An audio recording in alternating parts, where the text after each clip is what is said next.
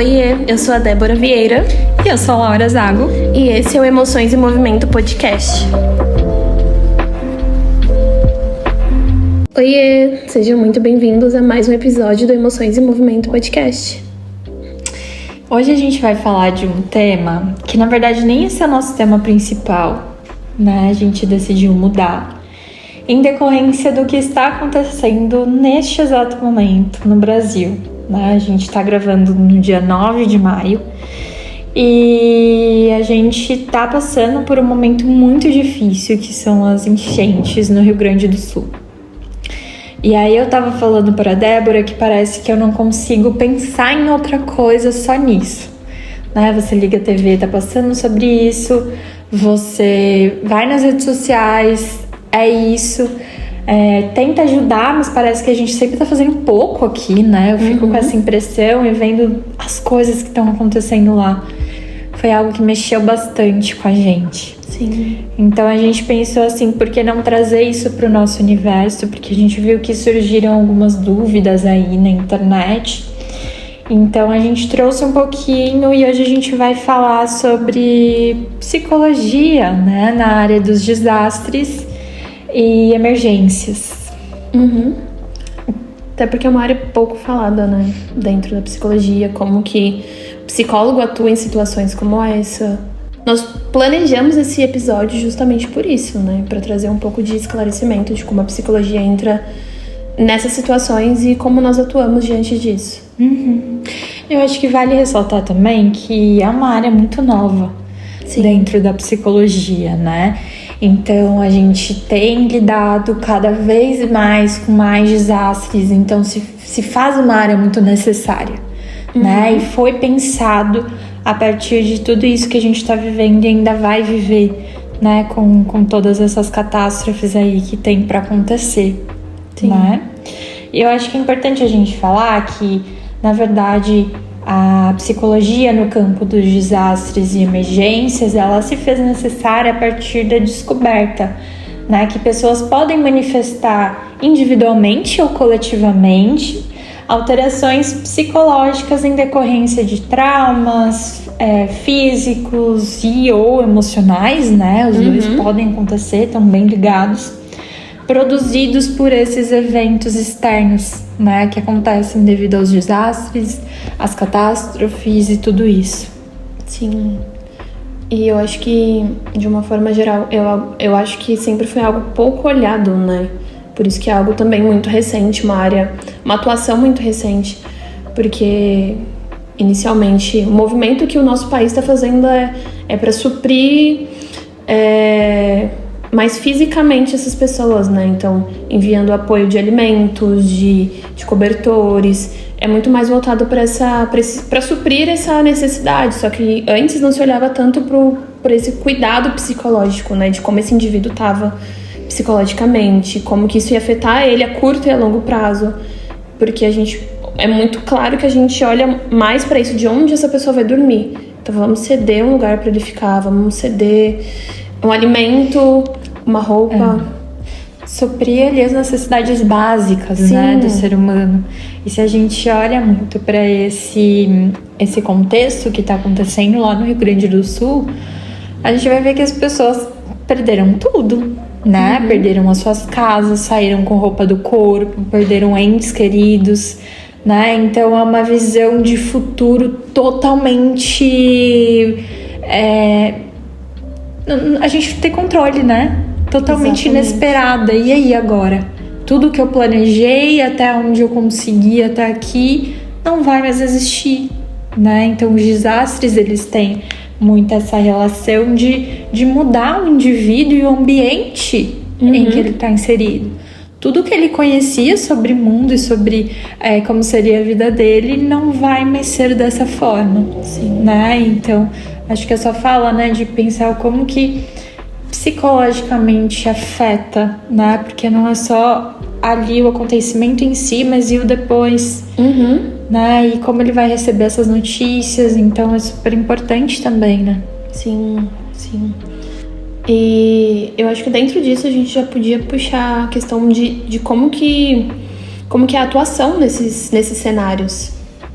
Então, como que são feitos esses primeiros cuidados, né? Porque no caso do Rio Grande do Sul, uma situação, um cenário muito específico, né? Então a água invadiu toda a cidade e aí eles precisaram sair de dentro de casa ou com caiaque, com bote, outros de helicóptero. Então foi uma situação muito específica. Só que quando a gente fala sobre desastre e emergência, existe tantos outros contextos, né?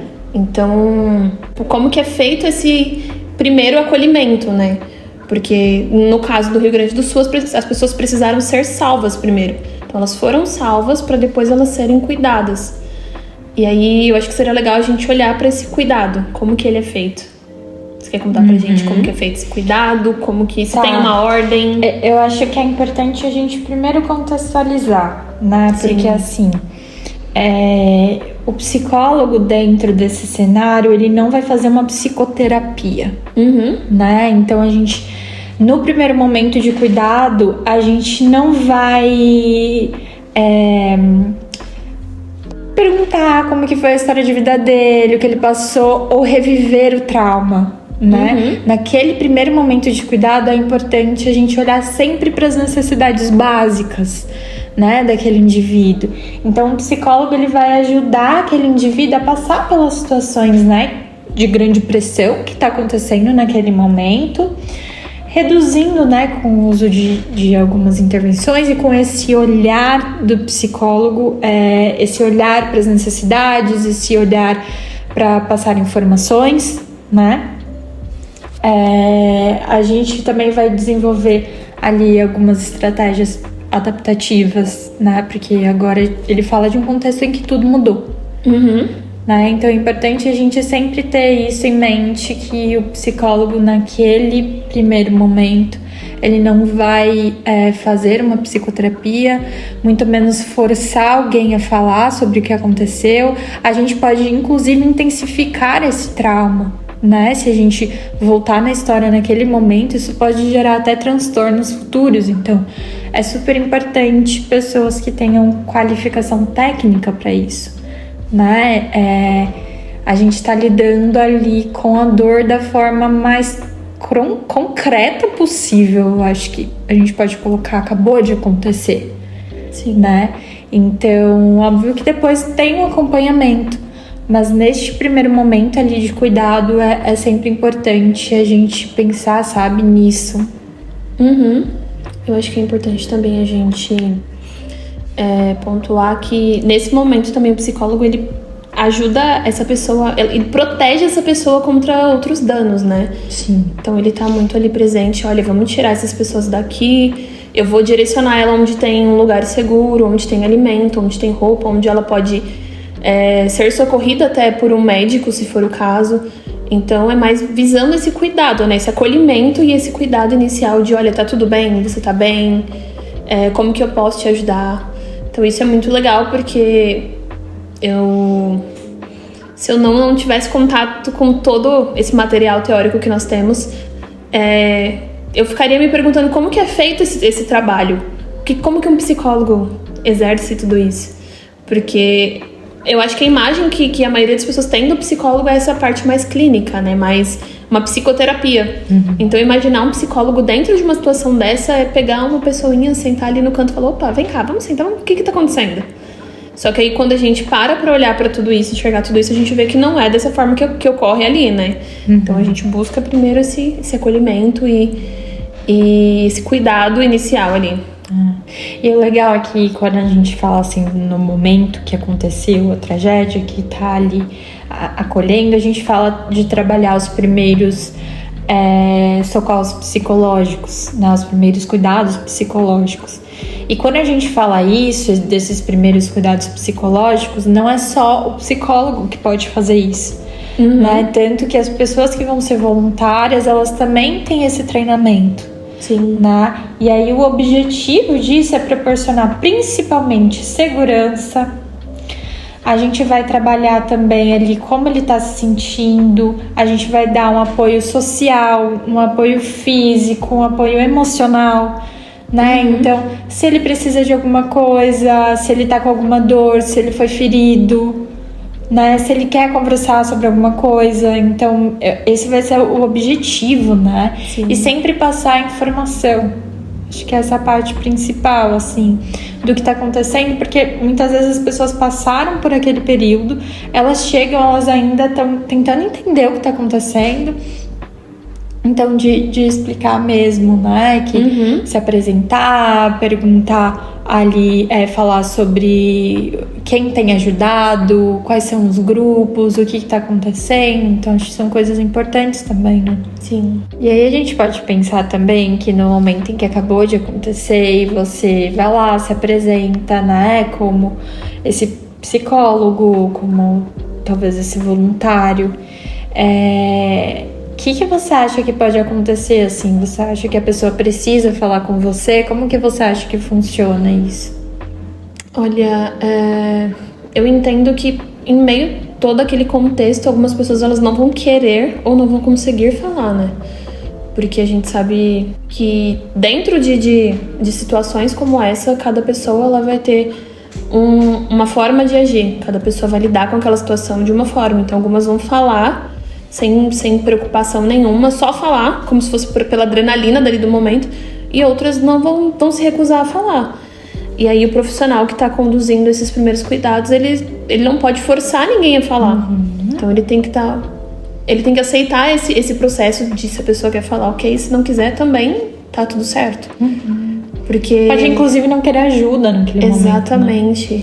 Porque forçar essa ajuda, esse falar, você pode acrescentar mais traumas, fazer a pessoa reviver todo esse trauma e, em vez de ajudar, você vai piorar mais toda aquela situação. Você vai ampliar e trazer mais sofrimento para aquela pessoa. Então, eu acho que isso é algo que vale a pena ressaltar, né? Então, porque eu acho que tem muito uma cultura de vamos colocar pra fora pra gente aprender, pra gente conseguir lidar melhor com isso. Então, é um conceito muito de psicoterapia, né? Porque nesse contexto a gente fala sobre isso. Sim.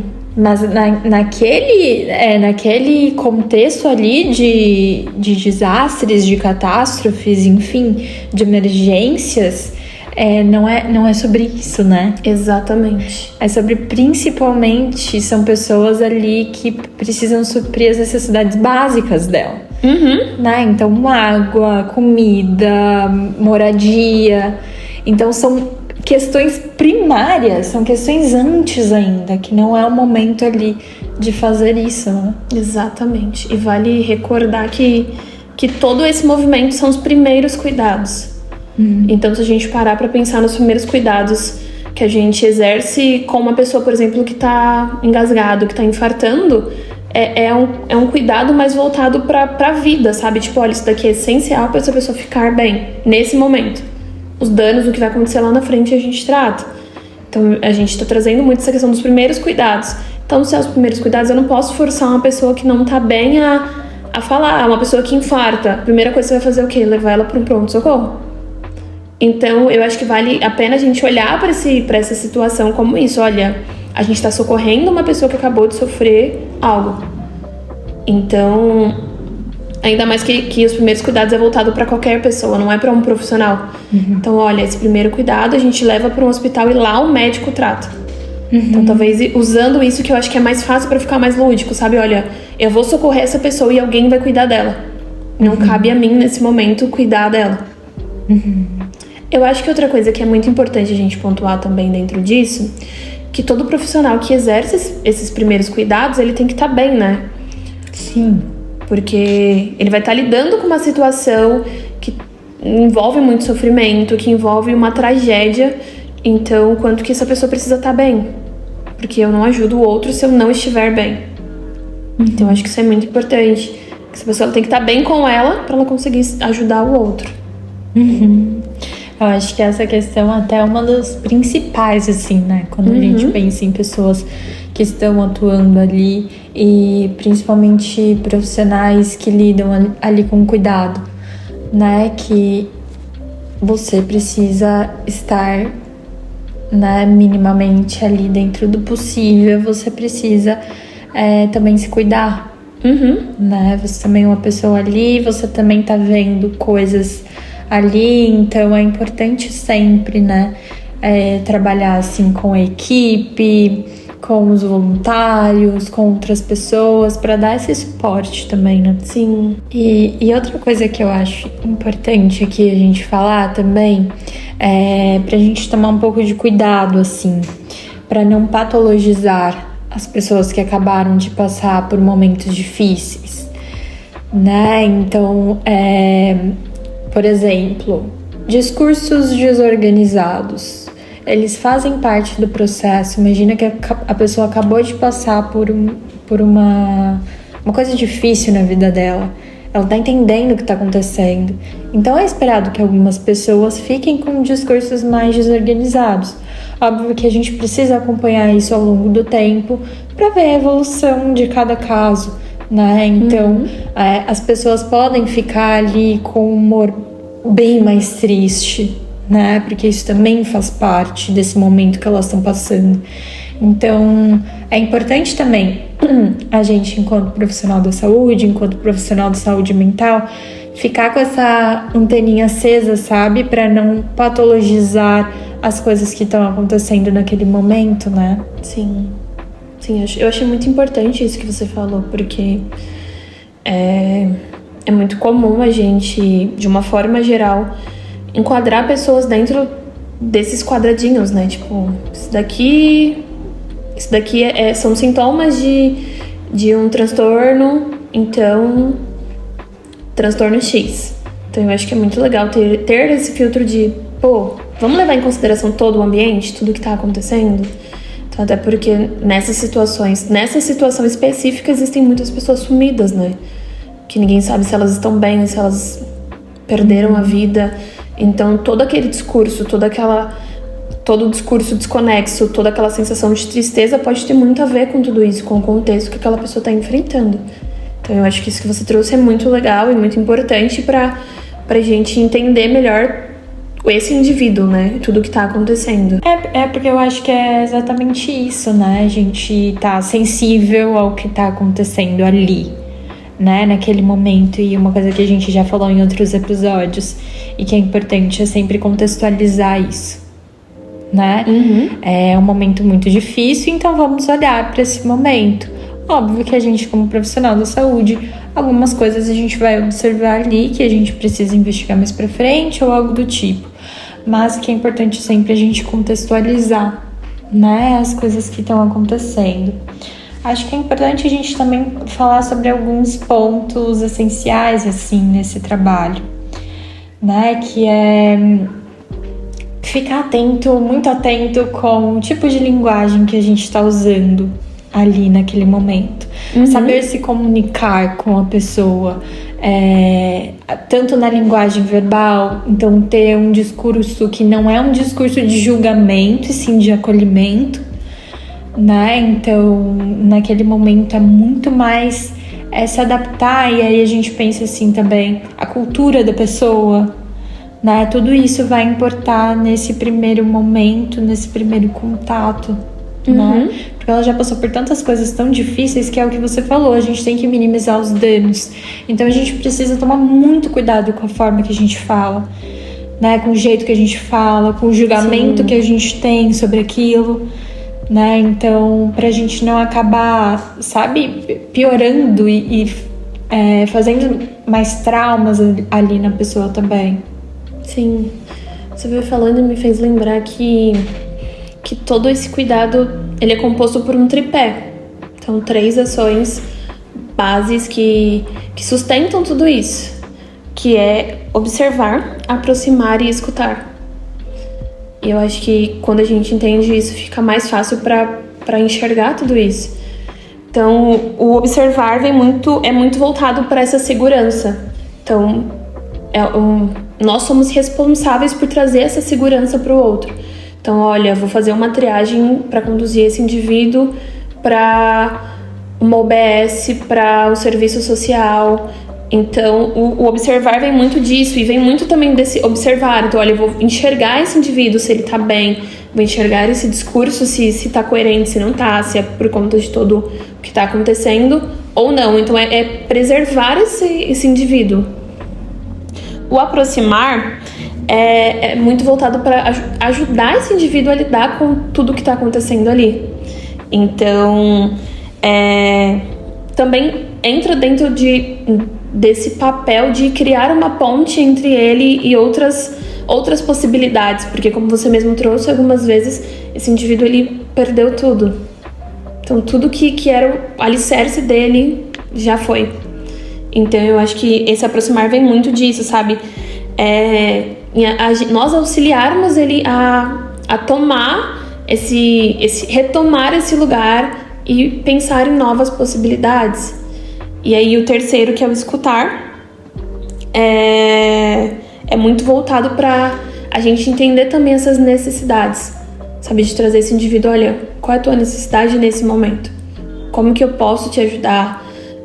E aí colocar ele nesse lugar de ele olhar para a situação e começar a entender tudo isso. Porque inicialmente o nosso papel é trazer essa segurança. Só que depois a gente tem que colocar ele para, olha, vamos pensar em sair de tudo isso?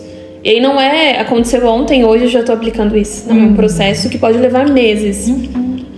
Porque esse indivíduo ele tem que se estabelecer primeiro para depois ele conseguir enxergar tudo isso. Para ele conseguir ter esse movimento de o que eu posso fazer para eu sair de tudo isso, para eu tentar reconstruir e tentar me reestruturar dentro de tudo isso.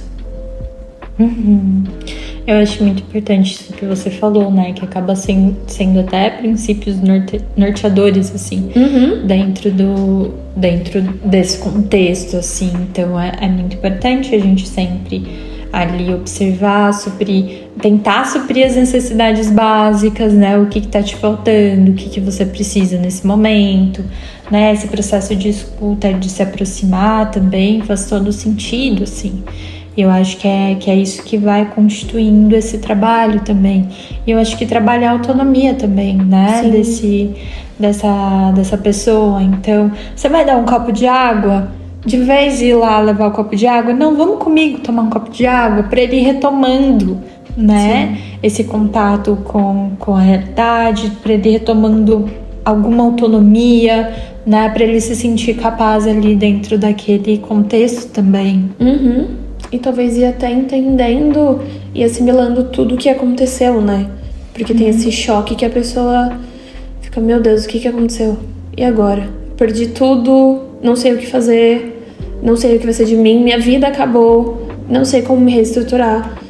Então, trazer essa autonomia para a pessoa realmente conseguir se reestruturar e pensar em uma outra possibilidade além de tudo aquilo que aconteceu com ela ali naquele momento. Pensando em tudo isso, né, eu acho que a gente trouxe mais esse tema para dar uma pincelada de como que acontece de uma forma muito geral, né? Lembrando que eu e a Débora, a gente também não trabalha com essa área, mas eu acho que se faz necessário, né, cada vez mais os profissionais saberem sobre isso e terem acesso a todo esse conteúdo, inclusive na faculdade, né? A gente tem ali aulas específicas e essas aulas foram introduzidas agora dentro da grade da psicologia, antes não se tinha. Então, como se faz necessário cada vez mais a gente ter profissionais mais capacitados. E aí, puxando isso, né, eu acho que rolou na internet uma grande questão de se o psicólogo poderia ajudar no contexto online as vítimas desse desastre, ou se não poderia, e ficou uma grande discussão dos profissionais psicólogos, né?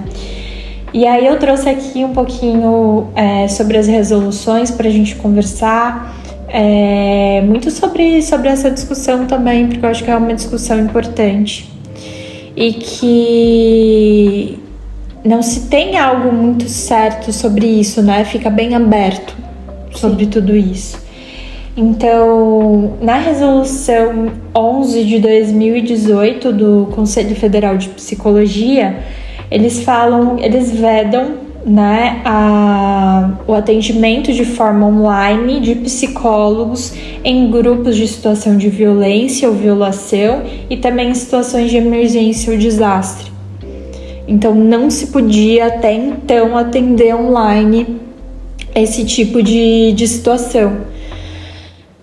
Porém, em 2020, na resolução de número 4, também do Conselho Federal de Psicologia, eles colocaram ali, o contexto que eles colocaram essa resolução foi no contexto da Covid, né? Então, eles liberaram a prestação dos serviços psicológicos de forma online dentro desse contexto para emergências e desastres. Então fica algo bem aberto de agora.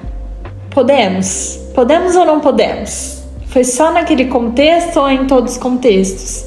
Né? Então isso traz uma reflexão de que a gente ainda precisa estruturar muitas coisas dentro da psicologia em relação a isso. Né? Eu acho que precisa ser mais constituído, a gente precisa entender melhor. Agora a gente está vendo cada vez mais desastres acontecendo, então é algo que precisa ser discutido. Eu acho que ficou muito aberto, né, para cada conselho decidir ali o que fazer. E eu fiquei pensando muito no quanto que isso é prejudicial, no sentido de temos que esperar o conselho liberar ou não liberar para nós podermos nos voluntariar para ajudar essas pessoas que estão em sofrimento. E aí, quanto que isso eu vejo como algo ruim, no sentido de vidas estão precisando de atendimento. Eu não posso largar tudo aqui e viajar para outro estado para ajudar essas vidas, mas eu também não posso fazer nada porque o meu conselho não liberou a minha atuação dentro desse contexto. Então, eu acho que isso que você trouxe é muito legal, de precisamos estruturar isso, porque nos últimos 10 anos, quantos desastres não aconteceu? Então, desastres naturais como esse, nós vimos Brumadinho, Mariana, Petrópolis. Então, sem contar em desastres que entra dentro também quando, por exemplo, um avião cai, que é um desastre. Então, ali existem vidas que precisam, mas a gente não consegue dar esse apoio porque não tem um consenso, né? Tá, eu acho que é importante a gente pensar também que o conselho ele não restringiu, né, o atendimento online nesses casos. Enfim, as pessoas estão começando a se mobilizar e estão começando a dar esse suporte de forma online, mas eu acho que tem uma coisa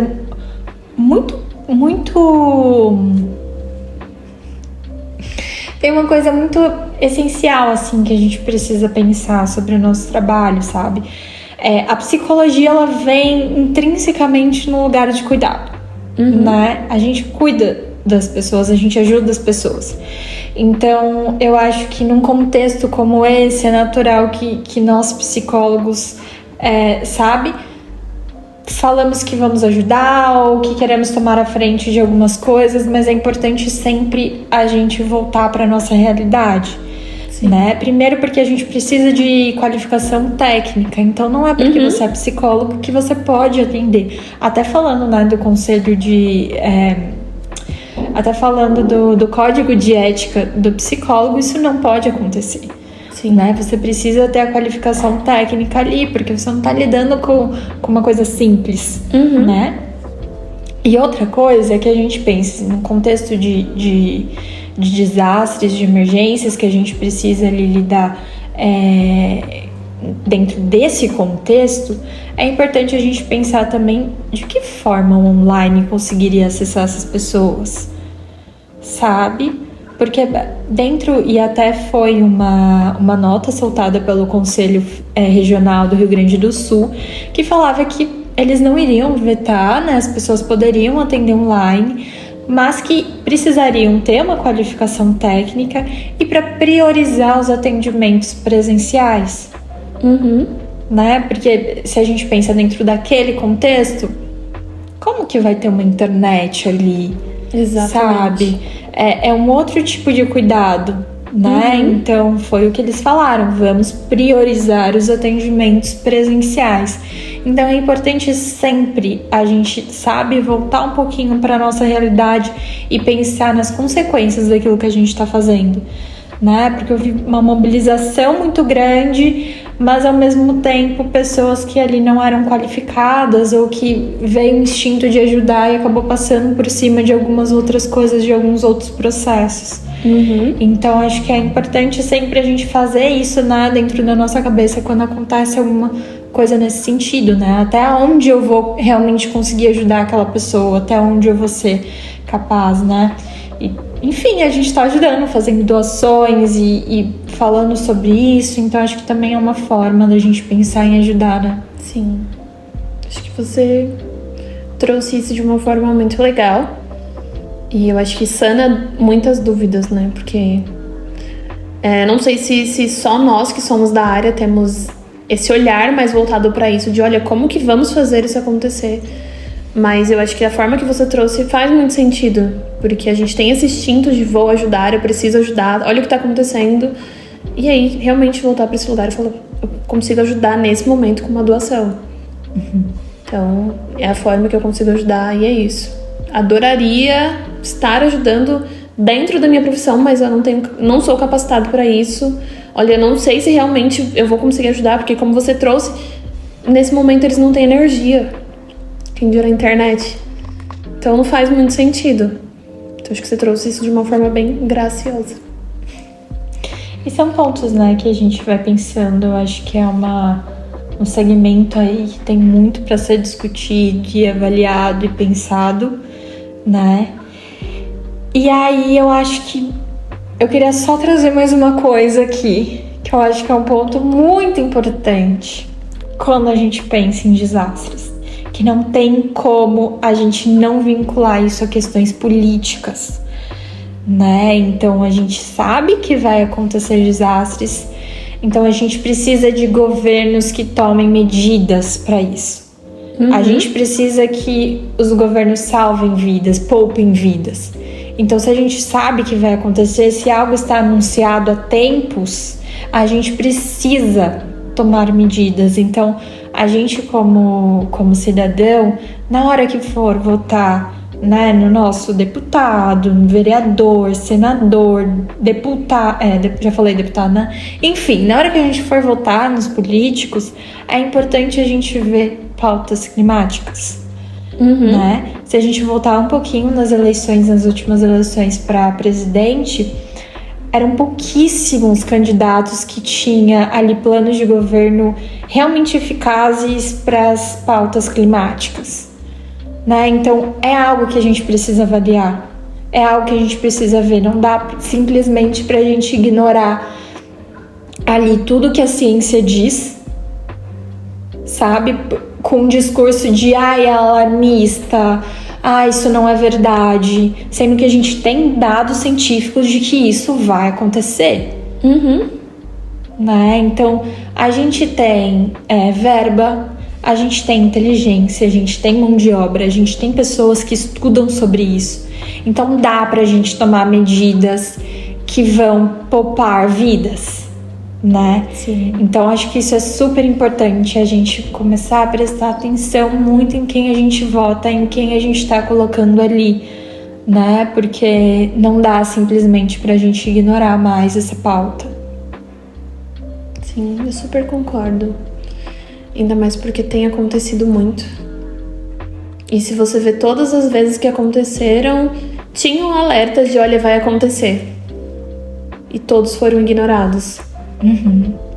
E parece que, não sei, eu tenho essa impressão que acontece as tragédias e meio que os governos colam com Durepox, sabe? Não fazem ali, não tomam medidas. A gente pega o litoral norte de São Paulo, todo entre janeiro e fevereiro tem deslizamento ali, né? Acontece alguma coisa naquele lugar, então por que ainda, sabe, não foi feito nada, né?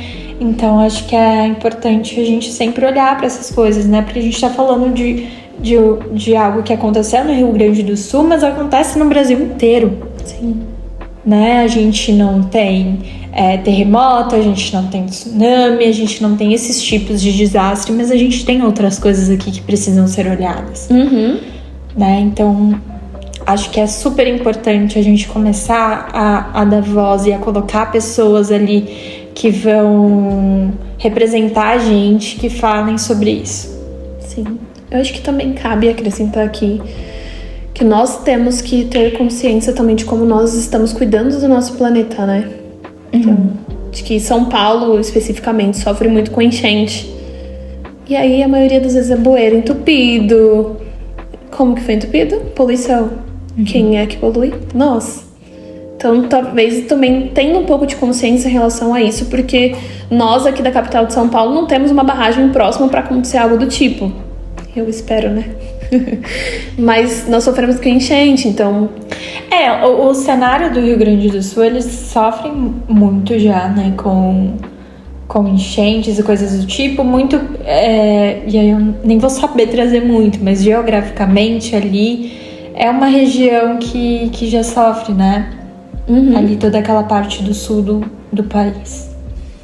Sim. Talvez a gente indo tendo essa consciência de o que eu posso fazer para melhorar, para cuidar do meu país, e eu acho que isso enquadra no que você trouxe, essa questão política e também o mínimo detalhe de não jogar o lixo na rua. Sim. Então, esse nosso cuidado, porque não adianta a gente só jogar isso pro governo, para as pessoas que têm mais poder, se nós também não estamos fazendo a nossa parte. Sim, eu acredito que tinha muito que ter uma educação na escola, sabe, sobre isso. Porque... E dessa conscientização e do que vai acontecer com o mundo, já está acontecendo, né? E a gente, inclusive, adiantou muito esse processo. Muito. Então, é muito importante, sabe, ter e divulgar. E também isso se tornar algo grande, né? Porque a gente fala de empresas que poluem em níveis absurdos. Né? E que fazem isso também acontecer, então que isso se torne algo grande pra gente pensar enquanto todo, né? Sim, e você falou de empresas, me fez lembrar o que tem acontecido em Maceió, por exemplo, né? Que alguns bairros, eles cederam por conta da extração do petróleo na terra. Então existem bairros que estão abandonados, acho que são de 5 a 7 bairros que estão totalmente abandonados, com prédio novo, casa, tudo... O pessoal saiu porque a terra tá cedendo e o que vai acontecer é ceder e nivelar o mar. Então, mais um desastre natural, digamos assim, né? Que não é tão natural. Não é natural, Mas que vai ser julgado como um desastre natural. Então, o que o governo tem feito? Sim. Então, onde estão essas famílias? Será que eles deram o suporte? Então, pelos relatos que eu fui acompanhando pelas redes sociais, eles não deram suporte nenhum. O pessoal saiu por medo de perder a vida, não foi nem pelos imóveis, mas por perder a vida. Só que onde estão essas pessoas? Cadê o suporte do governo? Exato, nem se responsabilizaram, né? Por nada. Então, quanto que esse é um problema muito atual, né? E aí, em vez de ter essa prevenção, não tem prevenção. Só tem um reparo depois de, olha, o que vamos fazer já aconteceu. Onde vamos enfiar todo esse povo? Que também isso eles acabam deixando a desejar, né? Então, uma problemática gigantesca. Sim. E é isso. Terminamos esse podcast com uma energia mais baixa, né? Mas era um assunto importante e que a gente não poderia não falar, né? Sim. Porque a nossa cabeça também tá voltada aí, que a gente possa fazer o que a gente consegue fazer, né? Então, importante ali doar, né? E ajudar da forma que a gente conseguir ajudar, porque são pessoas e são muitas pessoas, né? Praticamente metade de um estado. Então, vai ser muito importante, e eu acho que é importante a gente pensar em a gente como país, como se reestruturar disso, sabe? Sim. Pensando nas pessoas que estão lá, pensando que são vidas que não vão ter mais suas casas, não vão ter onde ficar, não vão ter...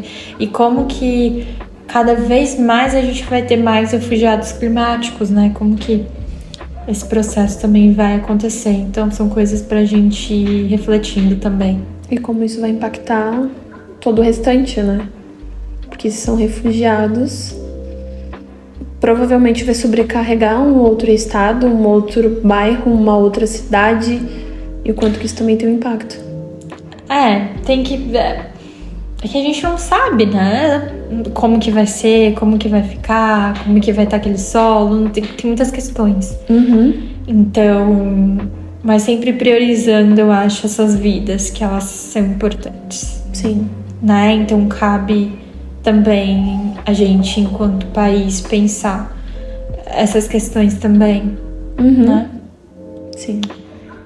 E é isso. Então, pensando em tudo isso, a gente nem tinha, né, Débora, indicação pra dar. Então a gente foi um episódio mais que a gente fez, que a gente colocou no lugar de outro que ia ter. E a gente achou que também não cabia ali alguma indicação em relação a isso, né? Mas as informações importantes da gente pesquisar mais sobre as propostas climáticas dos políticos, a gente ficar em cima, a gente ver se o nosso estado tem algum plano para quando isso acontecer, né? Então são coisas que a gente precisa tá atenta. Sim, é um episódio mais de conscientização, né? Trazer um pouco de informação também sobre tudo isso. Eu acho que é isso. Encontramos vocês na próxima semana. E beijinhos, tchau, tchau. Tchau!